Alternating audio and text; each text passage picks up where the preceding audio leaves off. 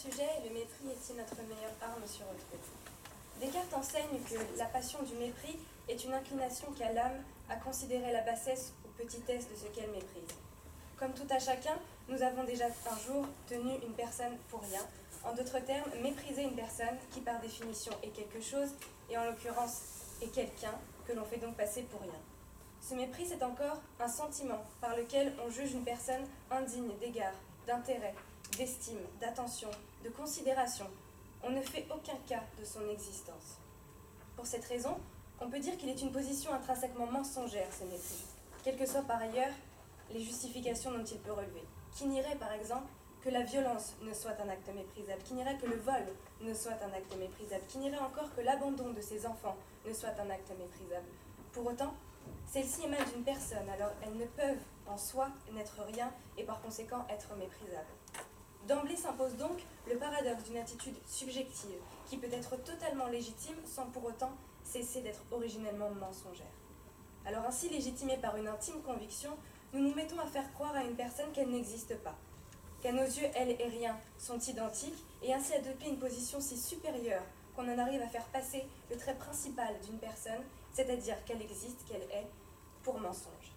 Réussir à faire qu'elle-même doute de sa présence quand on est là. On a tous déjà entendu dire « je vais tellement l'ignorer, qu'elle-même commencera à douter de son existence ». C'est là toute l'ambition d'un bon mépris.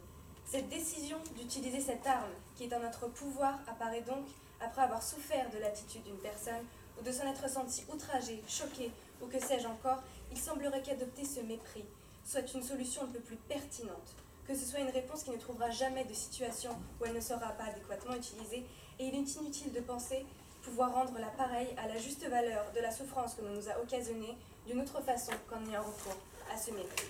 Quoi de plus blessant que de se sentir invisible aux yeux de tous, ou d'un être en particulier? Que serions-nous sans ce que le regard de l'autre nous renvoie? Ou alors comment pourrions-nous nous définir en tant que personne si tous ces regards ne flétaient plus que du vide à notre égard?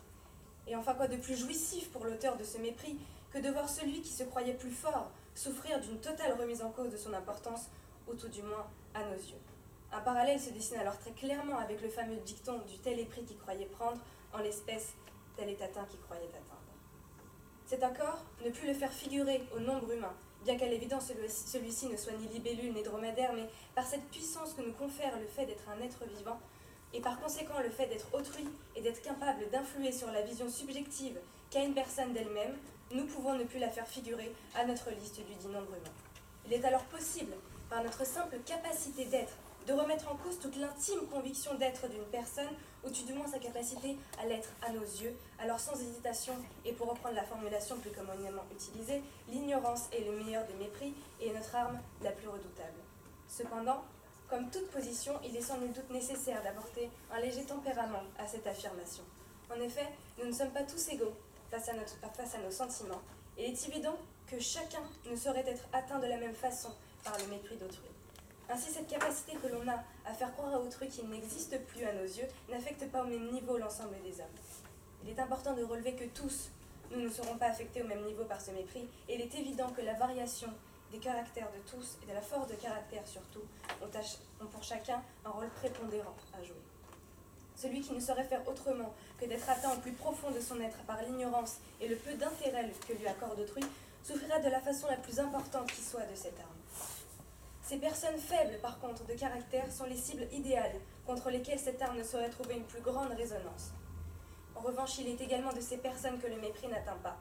De ces personnes qui ont une telle force de caractère, une telle capacité à redoubler d'ingéniosité, à mépriser encore plus fort celui qui a lancé les hostilités, que cette arme alors perd toute sa puissance.